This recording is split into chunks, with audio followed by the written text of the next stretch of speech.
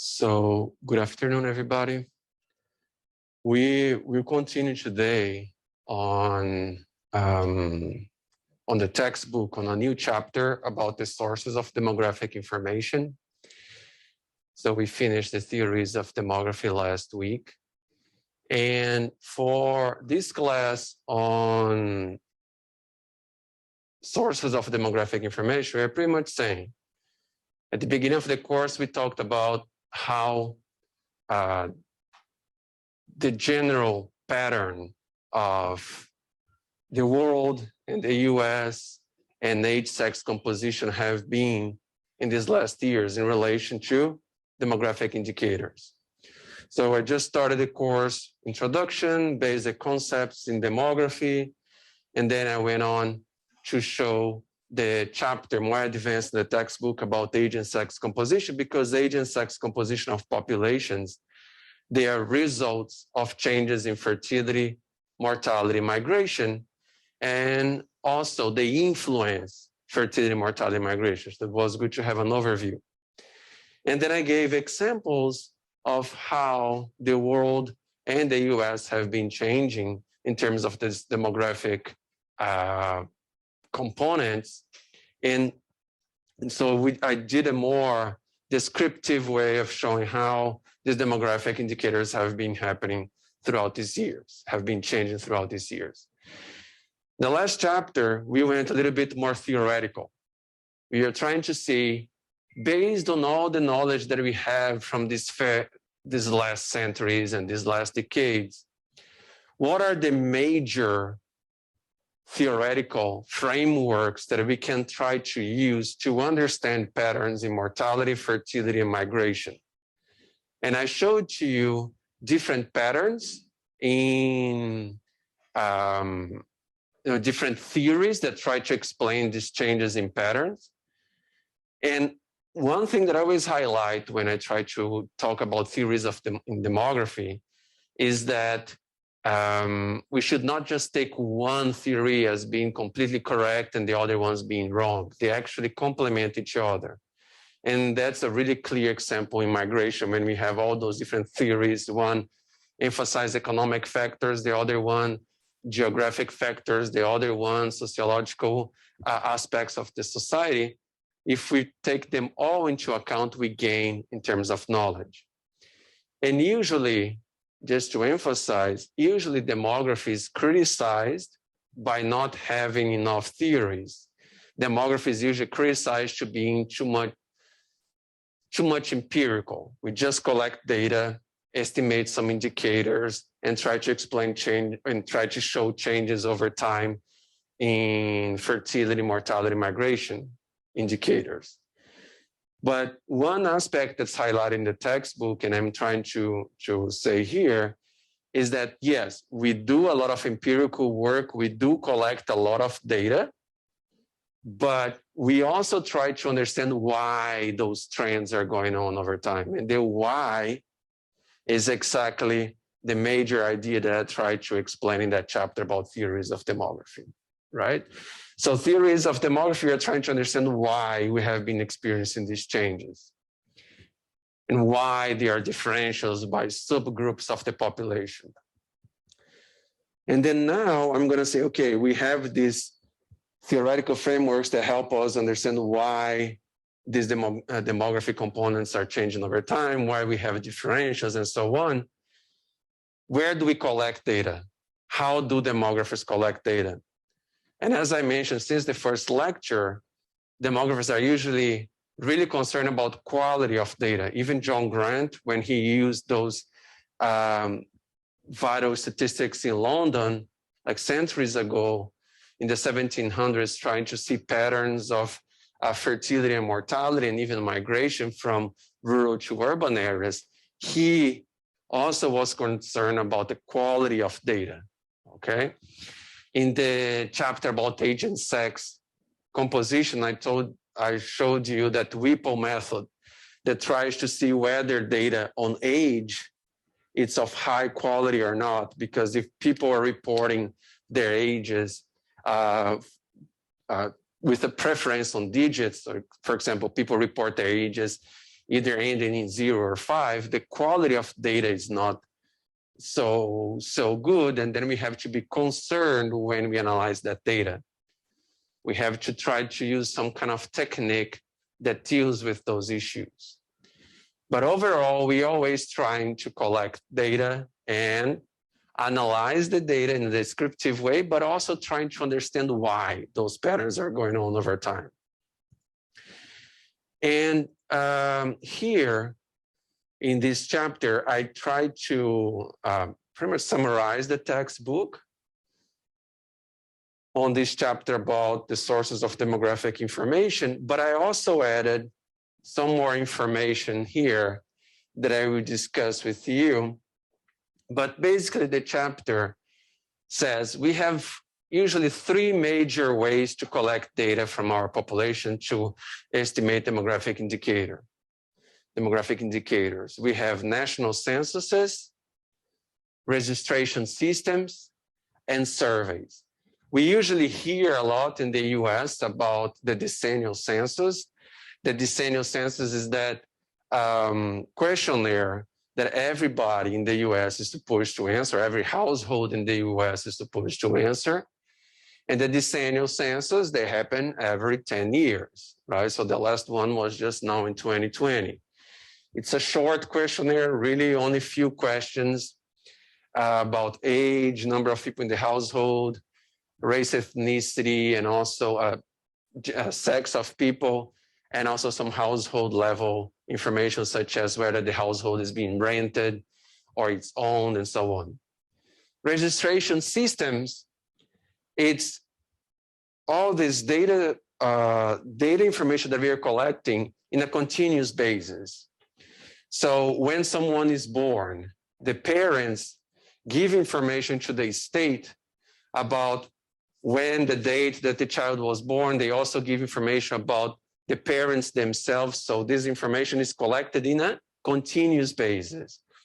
When someone dies, usually relatives or hospitals report that death to the government as well. And there are these state level agencies that collect the data, and they send it to national level agencies to get information about fertility and mortality.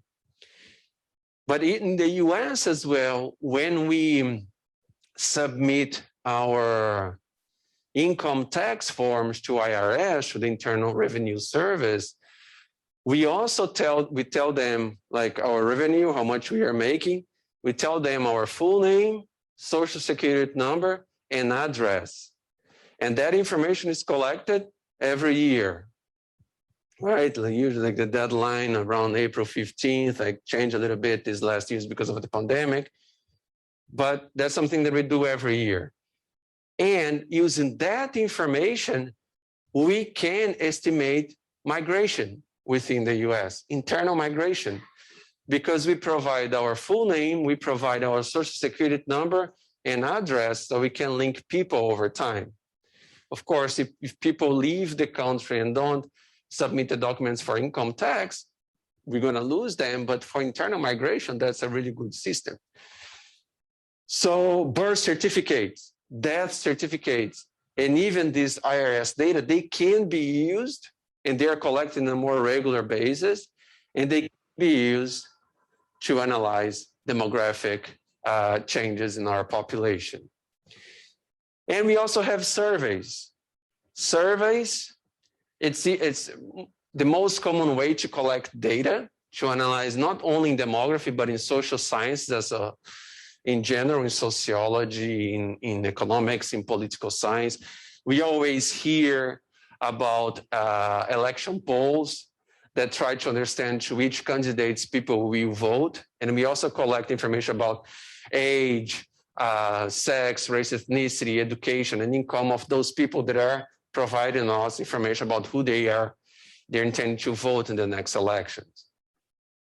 In surveys, the main idea is that I don't have enough money to collect information from the whole population.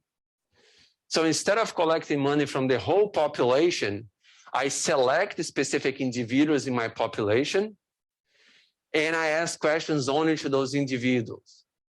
But when I have a survey that's a subset of population, and then I'm going to collect their information to talk about the whole population, my sample has to be representative to the whole population, right? If I have here this huge population of 10 million people right here in front of me, each one of you representing 1 million people.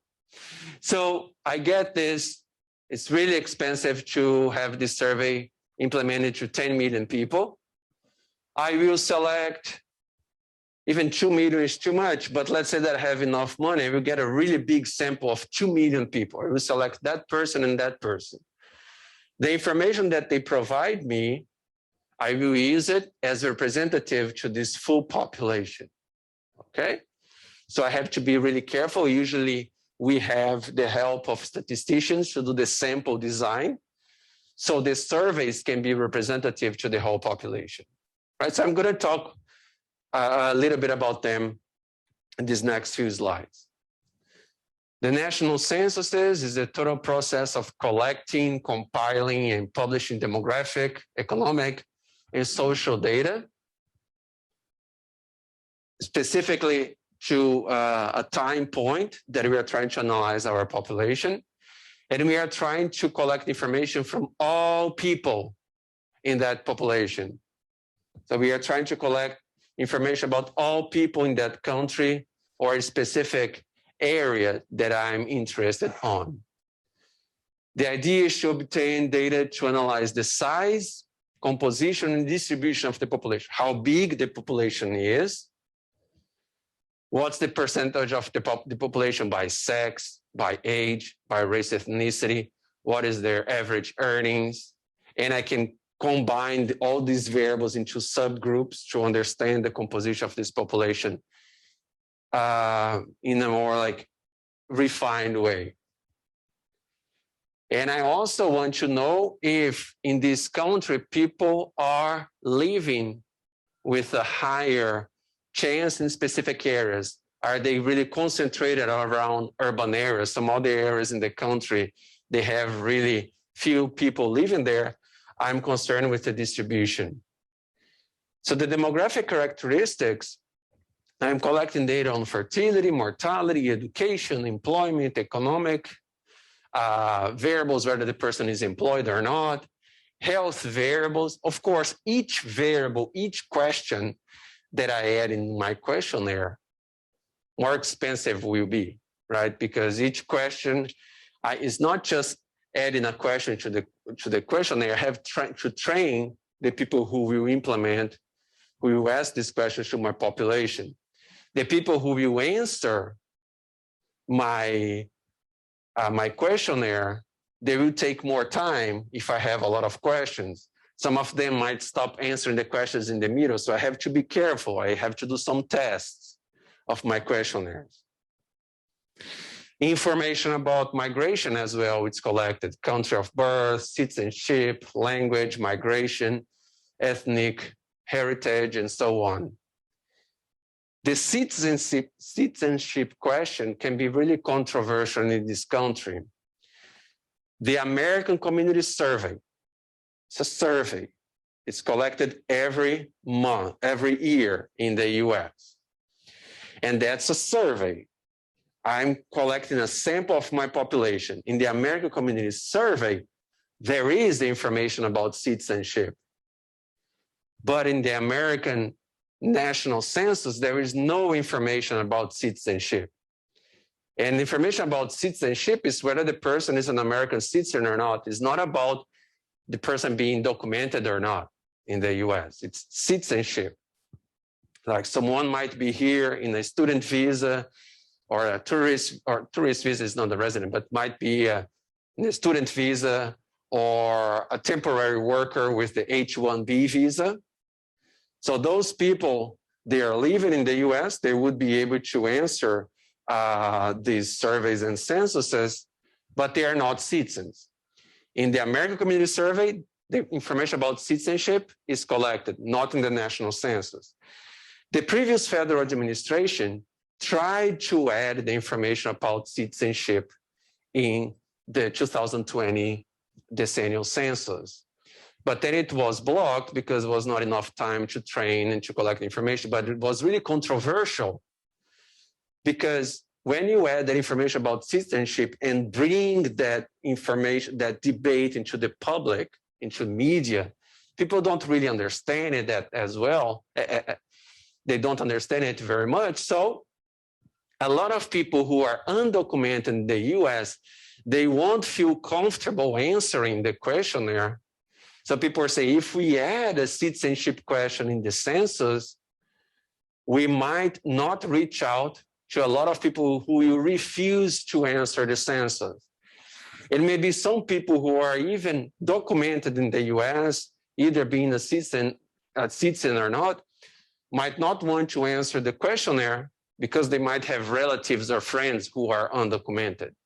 So this debate, and I'm going to talk more about it throughout this course, it's really related to more political ideology, the way that was discussed in these last few years here, than actually the need to collect data to analyze demographic changes in a scientific basis, right? Had much more political interest behind it than anything else.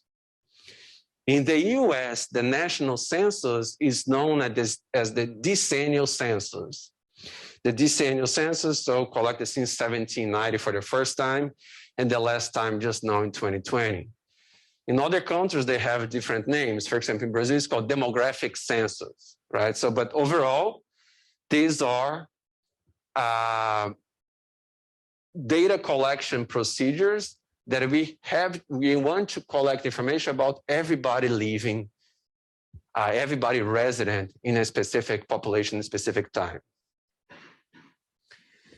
So when did this census start? The first censuses, they go back to ancient Egypt, China, and Rome. And the first modern censuses that happened in large countries were exactly in the US in 1790, that 3.9 million people were counted. And in 1787, in the Kingdom of Spain, that around 10.4 million people were counted. In the US, the census back then in 1790, it actually subdivided the population, each one of the states, of the provinces, in specific subgroups.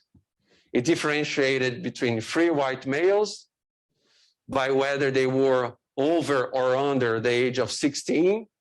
So the country could have an idea of those people that could serve in the military obligations and also for fiscal purposes. Also counted slaves and also counted how many women, right? So it kind of collected some demographic information, not just the overall size of the population, but of course, much more, not as detailed information as we have nowadays. Around more than 330 countries completed the census by the end of the 2000 census round.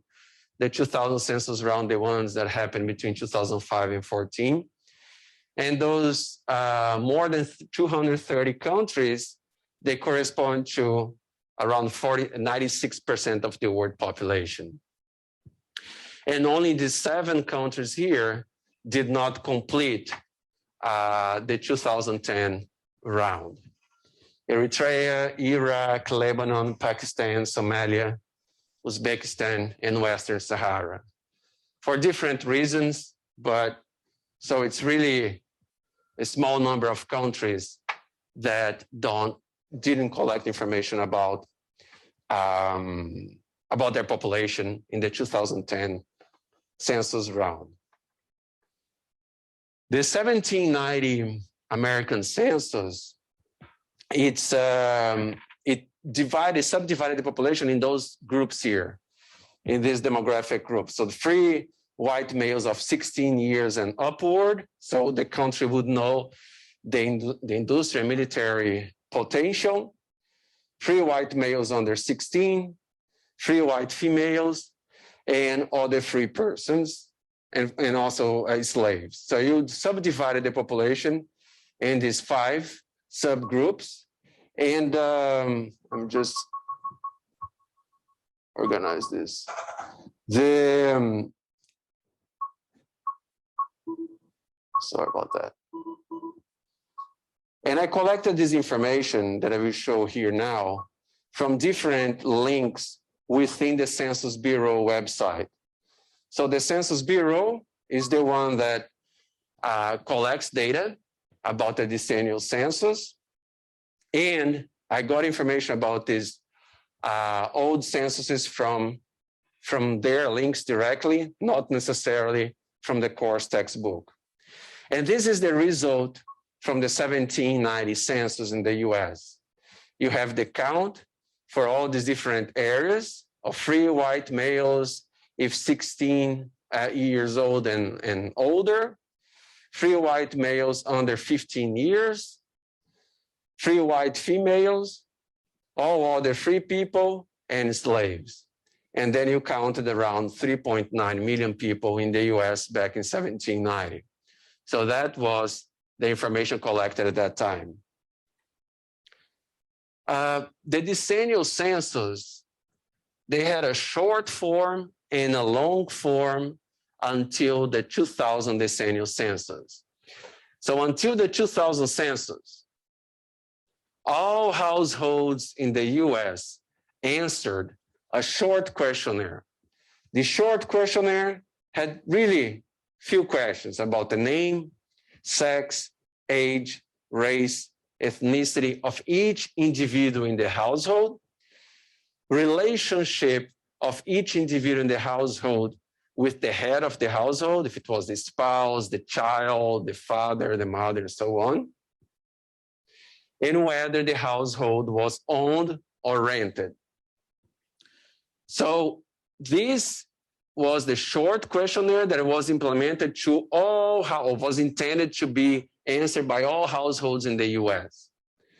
But also it had a long questionnaire. This long questionnaire would have more questions, but just a sample of the population would answer it. So just a sample of the population would answer it, containing much more detailed information, would have more information about if the person was a veteran, if they served in the military, have information about job, about income, about whether the person was unemployed, also fertility questions, and so on. Education questions about all individuals in the household.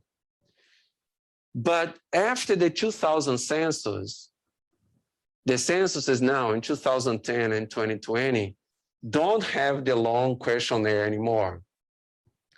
The 2010 and the 2020 censuses, they just have the short questionnaire with these really few questions here being asked. If you compare to other countries, the census in the US has much fewer questions being asked, but that's because the US collects data in some other ways. So the long form has not been collected after the 2000 census within the decennial censuses. So it was not collected in 2010 and 2020. But since 2005, and actually in some states even before that, the long form questionnaire has been implemented to a sample of the American population every single year. And the name of that survey is the American Community Survey, ACS. So the American Community Survey is this old long form of the census that started to be implemented now, not every 10 years, but every single year in a more systematic basis since 2005, but some states have data in 2004, even in the 90s as well. But usually when people analyze the American Community Survey, they start analyzing data starting in 2005.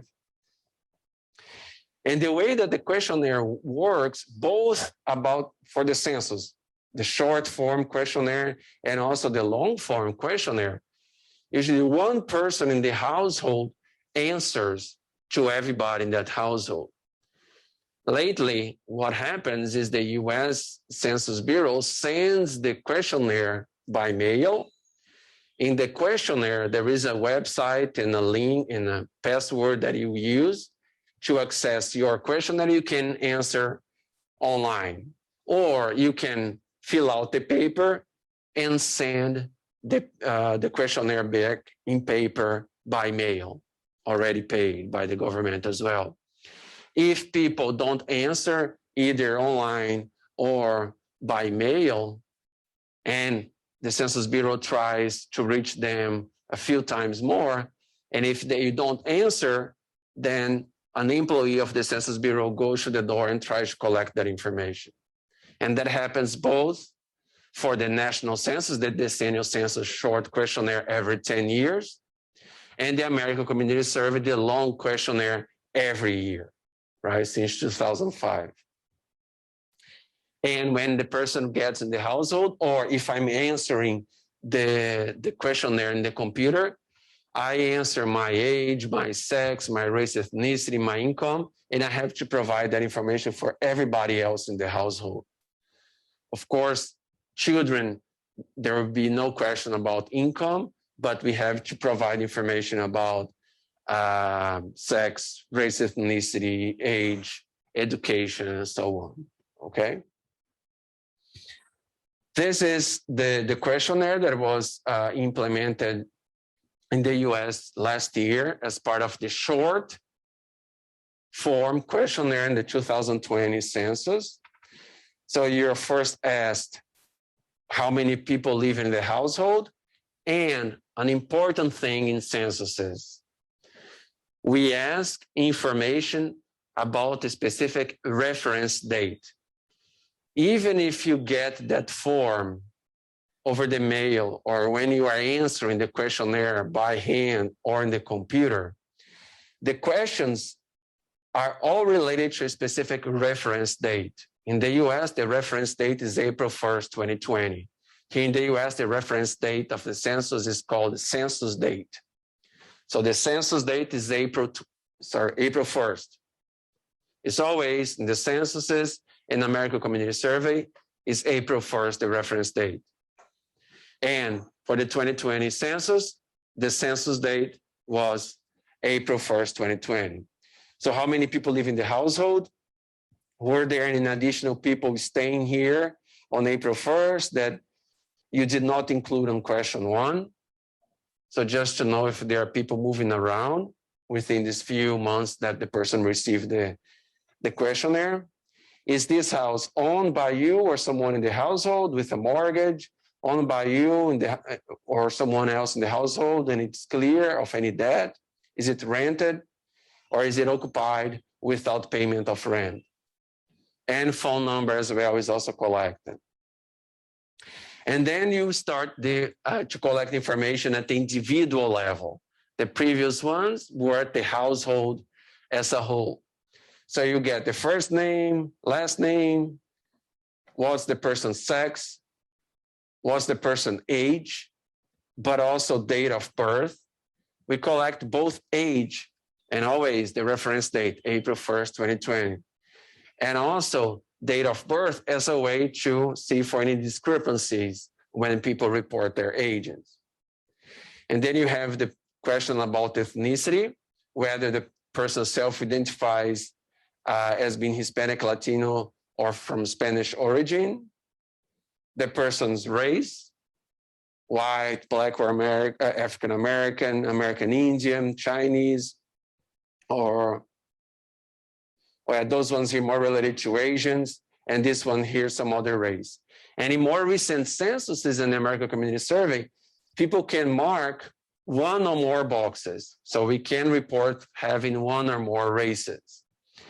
The Census Bureau for the 2020 census, they were planning 2 major changes to the race ethnicity question. That's something that I talk in more detail in the chapter about race ethnicity if we have time to reach that chapter this semester.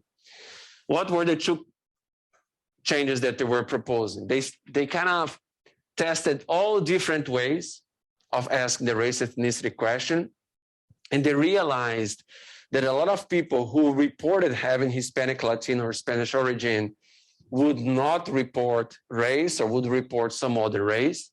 So the first change that they suggested was to combine the two questions. And even us, demographers and people who analyze census in American Community Survey, we usually combine these two questions and call it race ethnicity. How would they combine? They would put this question about Hispanic, Latino, or Spanish origin as one subcategory of race. So the person would report being Hispanic, and it could detail from which specific origin: Mexican, Mexican-American, Chicano, Puerto Rican, Cuban, and all the other ones that they would have available. And the second change that the Census Bureau was proposing was to add information whether the person self-identifies as being from North Africa or the Middle East, because there is more migration from North Africa and the Middle East coming to the US nowadays, and those people don't see themselves in any of these race groups.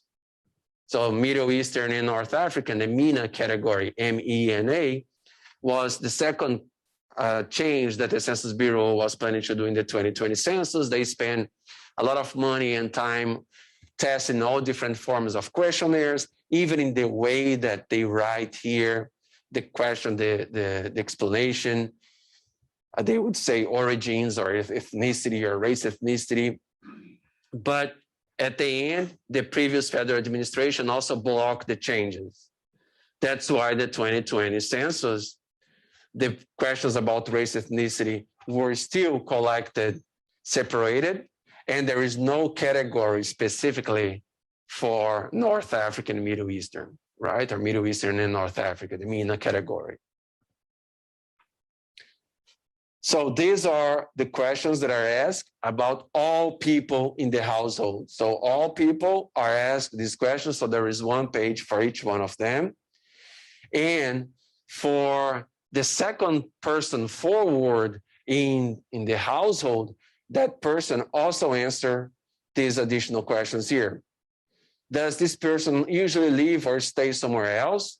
For example, if I have a child, a kid, a son or a daughter who live somewhere else because they're studying their college, so I can provide this information here.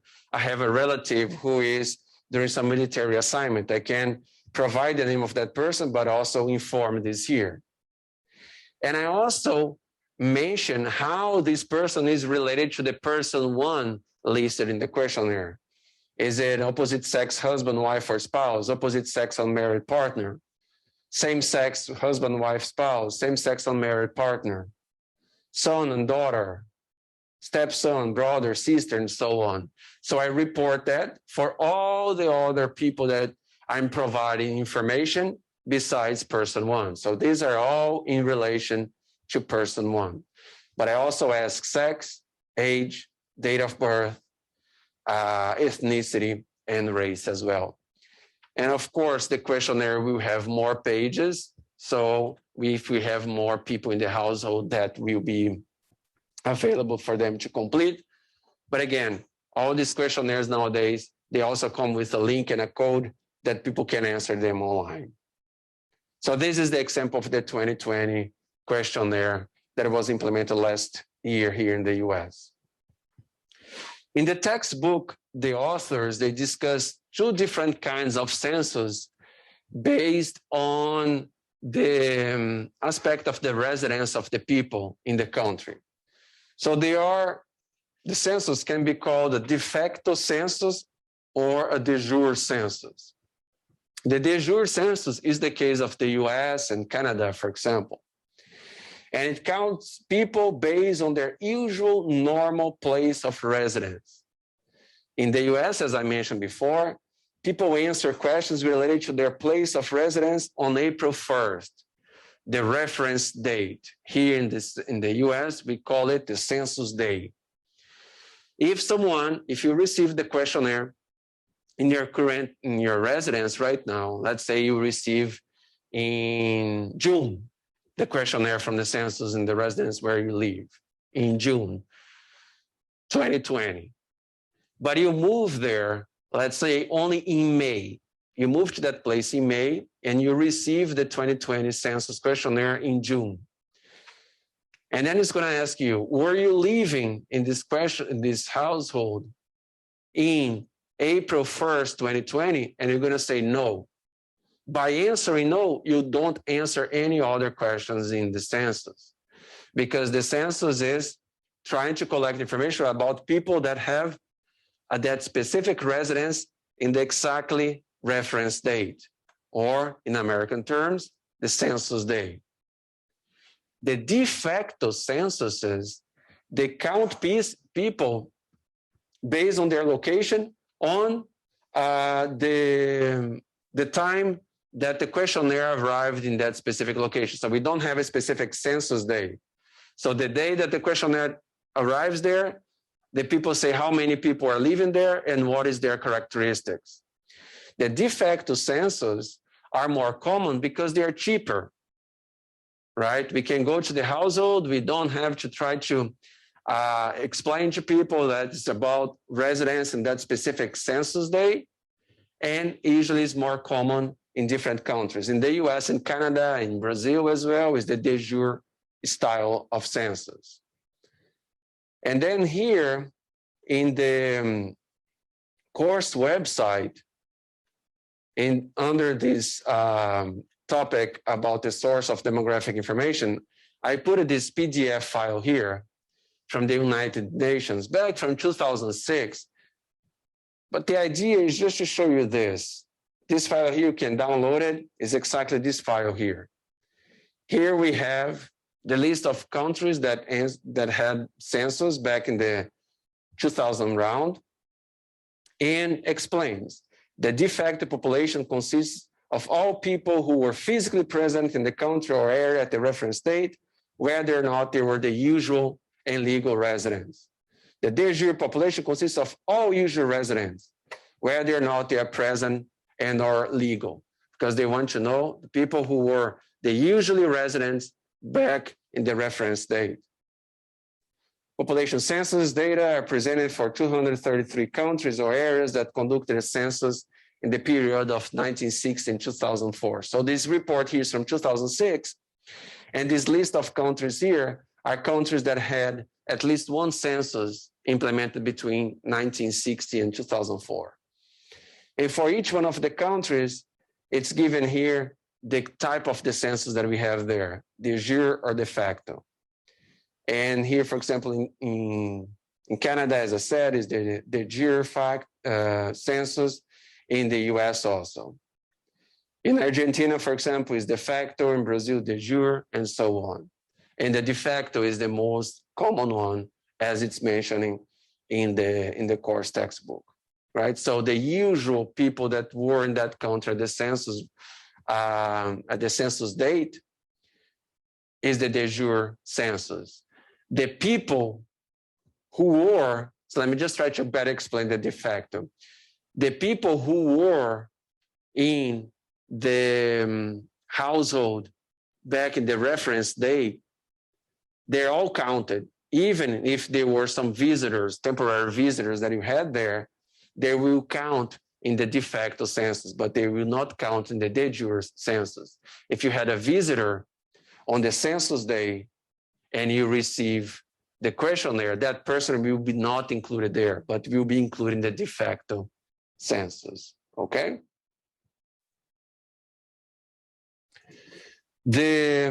Why do we have censuses? Censuses can be utilized for several things and related to all these topics that we have been discussing here in this course. We can use the data to analyze what are the needs of our population to implement specific public policies. We can analyze data to estimate crime and death rates, per capita income, fertility rates, migration rates, and so on. Private companies can use census data to analyze what is the potential for their businesses if they want to install their business in an area. Estimation of cohabiting households, same-sex households, and so on. So understanding the overall population in terms of demographic trends, the census provides that to us and also provides if the levels of education is really low in a specific subpopulation, we can try to implement specific policies. So it's really relevant to policies as well. But in the US, what's the formal reason of why we have census? And it's actually written in the US Constitution. We should provide population counts to be used for apportionment of the House of Representatives. We have to count the whole population because the size of population at the state level will provide how many representatives each state will have at the House of Representatives in the US Capitol. And also the population of a specific sub-districts within states will tell us how big is the sub-district is going to be, will be subdivided to elect state level representatives. So that's really important.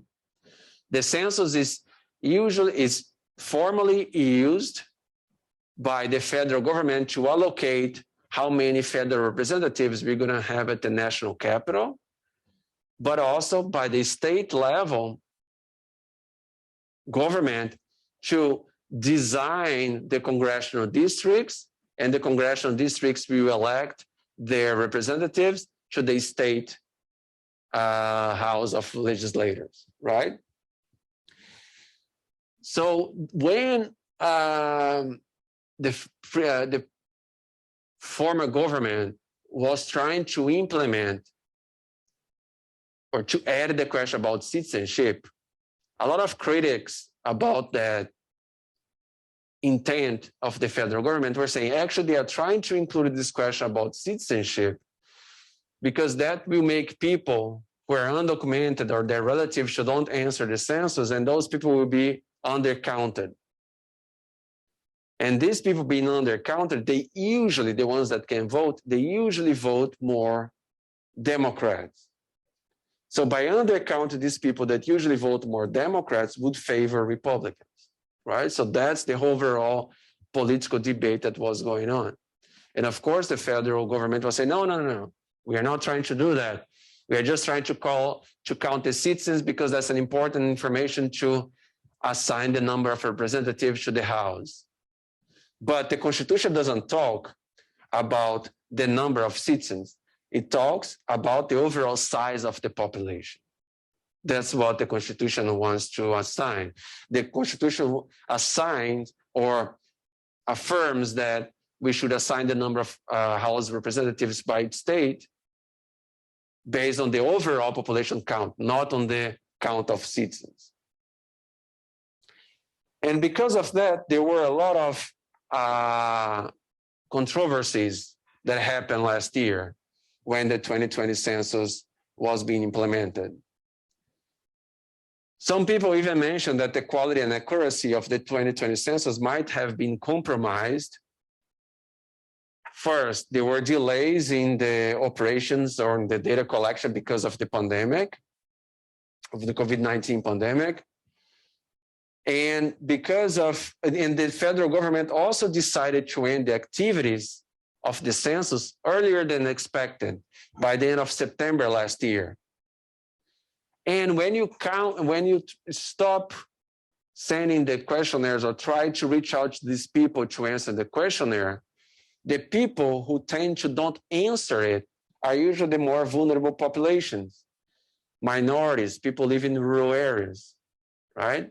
So that affects the quality of the census. And there was this act introduced by Democrat and Republican senators, Senator Schatz and Senator Murkowski, that were trying to kind of like deal with collecting good data for the census, because this data is important not only to assign the number of House representatives from each state to the national capital, but also to analyze all those other things that we're talking about: population, demographic characteristics, and implications for public policies. So the 2020 Census Deadline Extension Act was introduced and required the Census Bureau to continue the 2020 census field operations until October 31st, 2020, giving the census more time to collect and analyze the data, not only until September, but an extra month, and extended the deadline for the delivery of apportionment data to the U.S. House of Representatives from the end of December to the end of April. So they had more time to collect the data and process the data, and more time to send the information for the apportionment to the U.S. House of Representatives for an extra 4 months. And they also extended the statutory delivery of restricting data to states from March to July. So what does it mean? The Census Bureau had 1 extra month to collect the data and analyze the data. And then afterwards, they had to send to the US Capitol the information of population at the state level. So we would know how many people, how many federal representatives will be elected in each one of the states. And also gave them some more time to send information about the population within each one of the states, more at the local level. So state legislatives could redraw the maps of congressional districts in order to define which are the congressional districts that we will elect state representatives at the state level, right? So all these things, demographic data collection in the US has really clear political consequences. So that's why it's really controversial. And all this information I got here outside of the textbook, of course, and I put all the links where I collected this data in the slides. Back in April 26 this year, the Census Bureau provided the first estimates of the 2020 census. So the US resident population, those people living in the 50 states and DC, increased from 308 million people back in 2010 to 331 people in April 2020, the census day. So it increased by around 22.7 million by 7.4%. And in terms of the apportionment population, are related to people living in the 50 states, excluding DC, military, federal civilian employees, and dependents living overseas are allocated to their home state, reported by the employing federal agencies. And this population here, related to the apportionment population that will be taken into account to count how many representatives each one of the states will elect to the House, was 331,108,434, which is different than this one here, because it's related to this specific population, excluding DC, and there is some reallocation of people to other home states. All information here comes from the Census Bureau website. And this is information about how the apportionment, I don't know how to say this word correct, so I'm saying it wrong, but it's written in the slide. The apportionment of the the US House of Representatives changed in some states. And here we have the change from 2010 to 2020. Texas gained 2 seats in the House of Representatives, exactly because the population in Texas has been increasing, and proportionally is bigger now. It was bigger now in 2020 than in 2010. These other states, North Carolina, Florida, Montana, Oregon, gained 1 seat in the House. The states in white did not change the number of representatives in the US House of Representatives, and the ones in light purple are the ones that lost 1 seat. So for example, California, although it has a really large population, it decreased the population in proportional terms within the US, so they lost 1 seat, right? And some of these states lost 1 seat, but really, really small margins. So that's why it's really important to answer the census here in the US. And some people even make the argument that because of the pandemic, some states might not have had a really good response rate, and that might have affected exactly the number of representatives that will be elected from each one of these states to the House. The citizenship question, this is not anything taken out from any political view that I might have or anything. This is a public debate that was going on. This is a long text that I put here. These are pretty much quotes that I took out from this the New York Times back from 2019, because Republicans, when they were saying that the federal administration, the previous federal administration, when they were saying that they wanted to add the citizenship question, they were trying to say, oh no, we are trying to add the citizenship question because we want to know how many people are citizens, and that could be informative, and also that could help us apportion how many House representatives will be elected at the US Capitol from each one of the states. And they were saying, no, no, no, that has nothing to do with political ideology, that has nothing to do with us trying to inhibit vulnerable populations from answering. This has nothing to do with us trying to inhibit undocumented population, their relatives, to answer. And that has nothing to do with us trying to redraw the congressional districts in our favor. So that was the official discourse of Republicans. The idea was that, no, we are not trying to inhibit. We know that that population tends to vote more Democrats, but that's not our intention. But then what's interesting is that this Thomas Hofeller, a recently deceased Republican strategist, he had some notes about all these different strategies related to gerrymandering in the country, about redrawing the congressional districts based on race ethnicity composition in the states, and also some notes about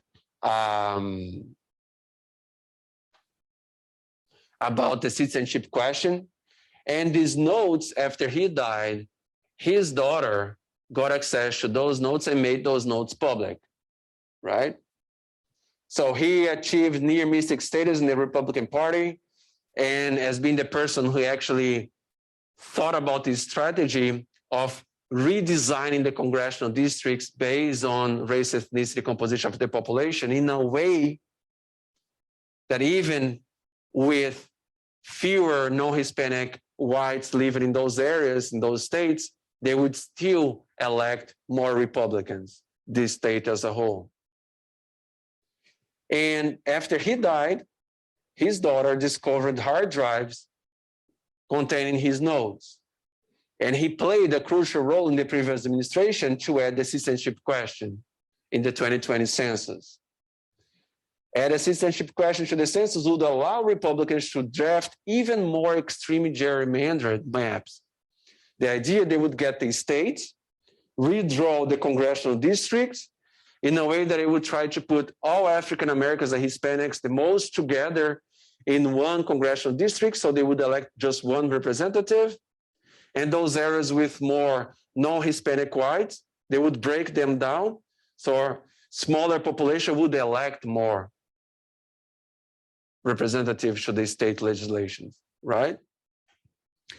He wrote a key portion of a draft Justice Department letter claiming the question was needed to enforce the Voting Rights Act, which was the rationale that the previous administration used.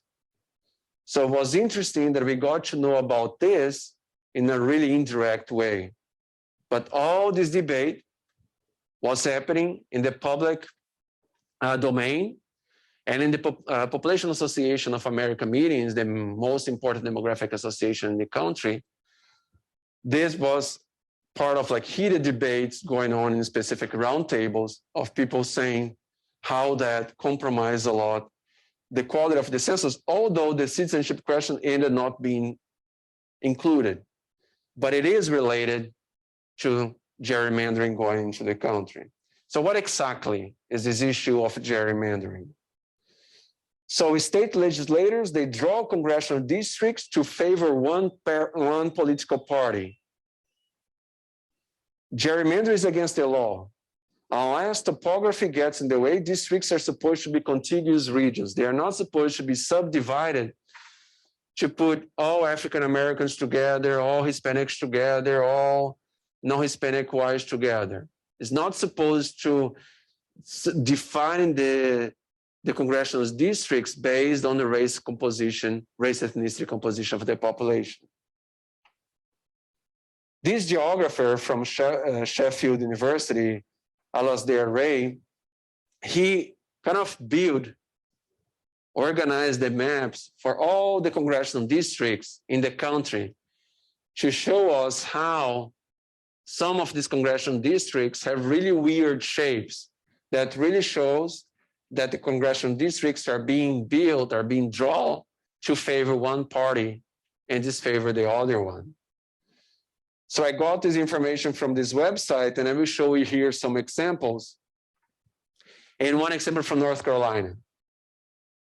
A Republican draw legislative map packed the population of African Americans and Hispanic voters into few districts in a way that this large population would elect not many state legislators. And the non-Hispanic white population was more like subdivided in other districts. So overall, they would elect more people. So in 2010, Democrats won the popular vote in North Carolina, and they elected 7 state legislators, and Republicans elected 6. So they won the popular vote and a 7-6 majority in this state delegation. In 2012, Democrats won again the popular vote, but Republicans elected 9 state legislators and Democrats only 4, exactly because of the way that the congressional districts were drawn. So that was contested in court because of like all these issues in which the congressional districts are being drawn for political gains. So this was the map, the congressional districts in North Carolina back in 2010 and in 2012. In 2010 was drawn by a Democratic House of majority, a Democratic House of Representatives in the state, and in 2012 by the Republican. And see, for example, here, this district is getting all these different areas in a really weird shape, putting together this overrepresented African American and Hispanic population. They will elect only one representative to the state legislature in North Carolina. Of course, it had already a weird shape back in 2010, but the way that it was redrawn in 2012 by Republicans, it made, even though Democrats won the popular vote, they won only 4 districts, as I mentioned in the previous slide. And that specific congressional district, the 12th congressional district, this one here, this weird one that was in 2010 like this, and then 2012 like this, this is the evolution of that congressional district from 1993 until 2017. How it changed over time with different legislations, with different groups, political parties in power, and it changed a lot from the 2010 to 2012, that even with a majority of Democratic popular vote, Republicans won more seats. In 2016, North Carolina lawmakers were ordered by U.S. federal court to redraw the 28 state House and Senate districts because the maps were considered an unconstitutional racial gerrymander. But in 2019, in June 2019, the US Supreme Court said, no, federal courts cannot decide about boundaries at the state level legislations. But then in 2019, September 2019, a state court panel considered the maps as an unconstitutional parts of gerrymander and ordered lawmakers to draw up new ones. And again, all the sources of this information, it's available in the bottom of these slides. Some other congressional districts in Texas, one example of how the shape can be really weird. This one here, it's collecting this information, these people in this highlighted area in red who elected a Republican representative, they're all part of the same congressional district. But the point is that it's not against the law to have this weird shape. It's against the law to have the congressional district drawn in a way that puts together people of the same race, ethnicity, trying to gain political seats in the state legislation, okay? Maybe this map here makes sense because this could be suburbs around Houston, and these people have similar socioeconomic, they kind of like can be considered a community, right? So that can be controversial. But if this district is not thrown in a way, taking into account race, ethnicity, it's not against the law. That's why whenever you have all these court lawsuits being against these maps, it can be really controversial. It's really hard to prove that the intention of those districts was based on race, ethnicity composition. In Michigan, you have, for example, Detroit and Flint, cities with higher proportion of African Americans living into them and bigger cities. But the way that the congressional districts are drawn in Michigan made all these different areas here elect Republicans, and only these few ones elect Democrats, right?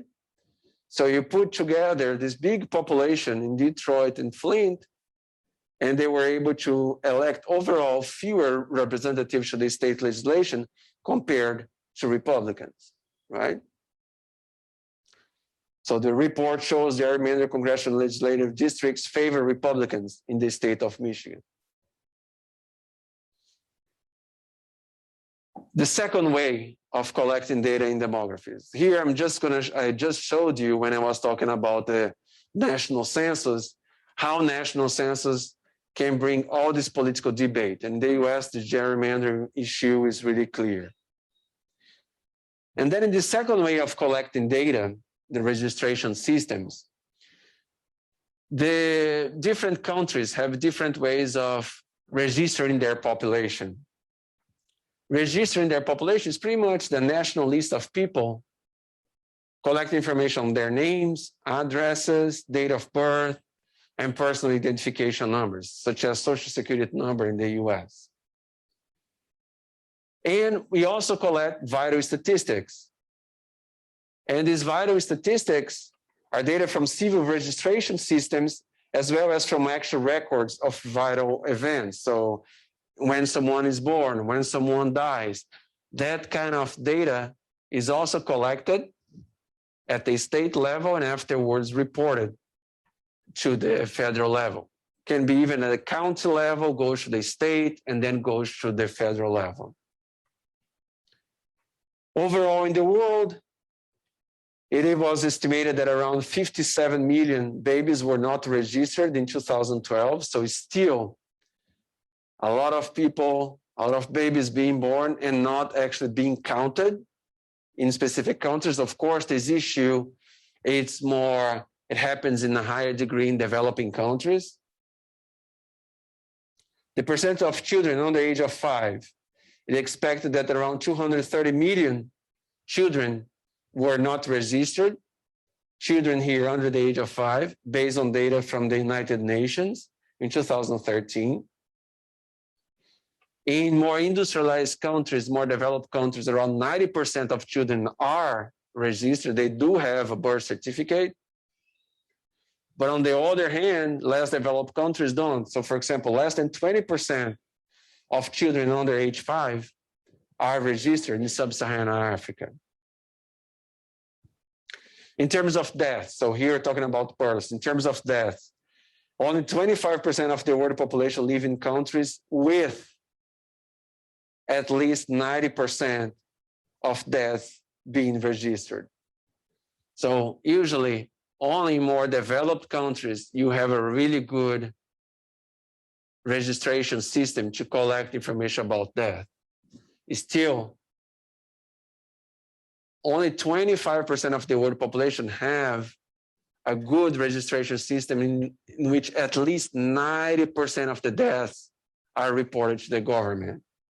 So there is a lot of undercounting in terms of fertility and undercount in terms of mortality in less developed countries. Vital records, they were responsibilities of the clergy in 17th century England, and this practice was followed by the English colonies in North America.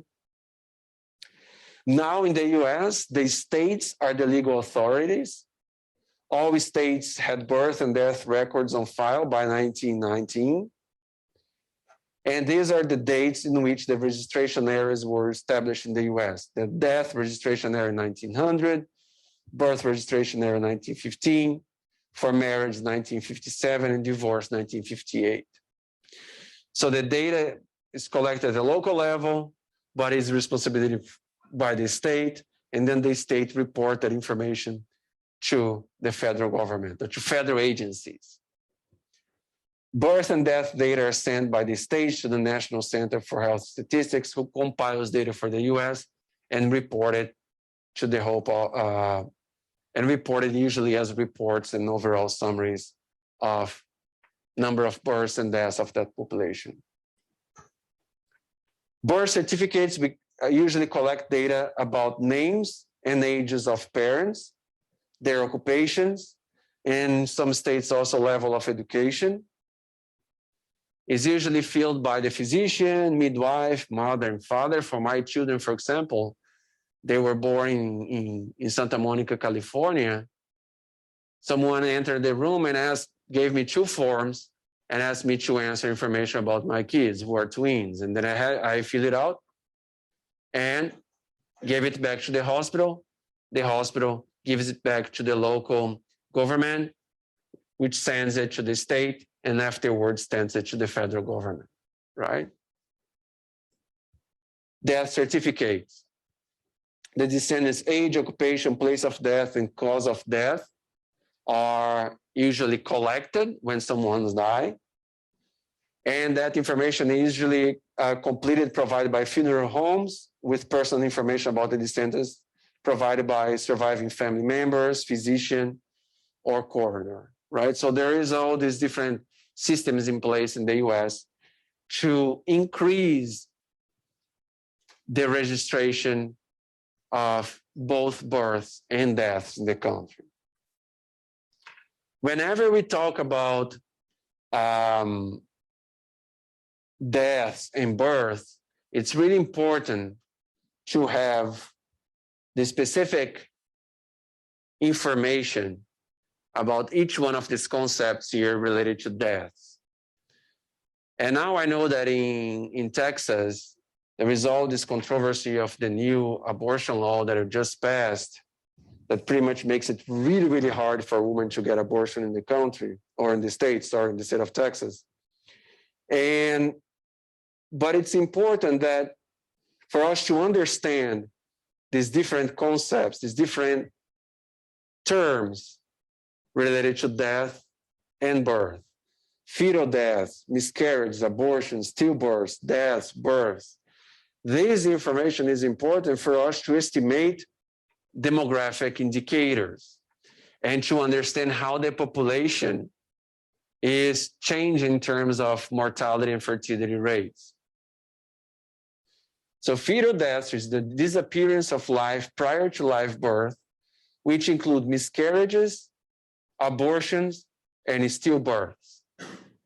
So miscarriage, abortion, and stillbirths are types of fatal deaths. Miscarriage is the spontaneous or accidental termination of fetal life that occurs early in the pregnancy.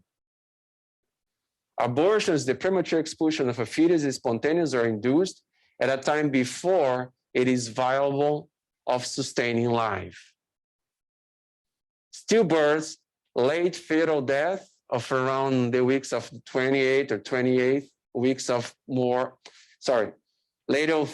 late fetal death of 20 to 28 weeks or more of gestation.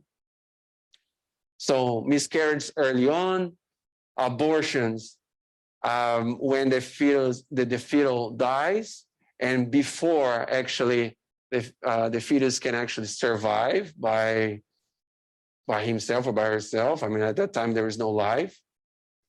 Late fetal death late in the pregnancy, it's the stillbirth. Death is the permanent disappearance of all evidence of life at any time after a live birth has taken place. Birth, extraction from its mother of a product of conception which breathes or shows any evidence of life. So this is really important, this distinction between abortion and stillbirth. I remember back in 2016, in a debate between Hillary Clinton and the former president, that he said, it was a national televised debate. He said, oh, abortion is a major problem in our country. I have seen this video, never saw the video that he mentioned. I have seen this video of women really late in pregnancy, and they are taking the baby, and the baby is dead, and that's really bad. That was abortion being practiced even one day before the due date of the mother, one day before the due date of when the baby was due to be born. Is that abortion? No, that is stillbirth. Stillbirth. Is for some reason, a woman, if that example exists, I don't know if it's a lie or not, if that example exists, the due date of the child, there's a C-section that was performed, and the baby was not born alive. That's not abortion. That is stillbirth. If you want to do a reasonable debate about abortion, about mortality, about fertility, we have to be honest. We have to use correctly these concepts related to mortality and fertility. That's not an abortion that was said right there. Hillary Clinton didn't, I mean, everything happened so fast in these debates that she didn't really explain, but that's not an abortion. That's a baby not being born alive. That is stillbirth, right? So this topic is really controversial, and in Texas is even more. And I always stop by these anti-abortion groups here in campus to talk to people, to understand their rationale. I usually don't talk to those people that come here making propaganda about their religious groups and usually using really controversial words just to call attention. Of course, more students go to their talks than come to my classes. But for those people, I don't want to get into debate with them, but with students, I try to understand the rationale. I'm not trying to change anybody's mind. I'm just trying to talk science, right? And we have to be really careful whenever you're talking about abortion, because abortion that really happens in this country is really, really early in pregnancy, and is much more related to a public policy debate than any religious reason, But I understand that in Texas and in more conservative areas, it's twisted in the other way around, which is not helpful to anybody. And mostly to women who would like to perform abortion for several reasons that they might want to. So this is just a summary. I know that's 2 p.m. just to finish here. This is a summary of the differences between censuses and registration. Censuses are collecting in a specific time point, cross-sectional, trying to understand the size, composition of, and distribution of population, so it's more static. The federal government collects it, more specific, the Census Bureau, and it's related to a de jure style of the usual place of residence. Registration happens on a more dynamic and continuous basis, collect information about birth rates from birth certificates and death from death certificates. The formal authority at the state level, and also use the de jure approach. Okay, I will continue in the next class on Thursday about surveys and giving a little bit of a background here about inferential statistics. Okay, the quiz is open now. I think quiz 9 open now at 2 p.m. until 8 p.m. tomorrow. Thank you very much, and I see you guys on Thursday.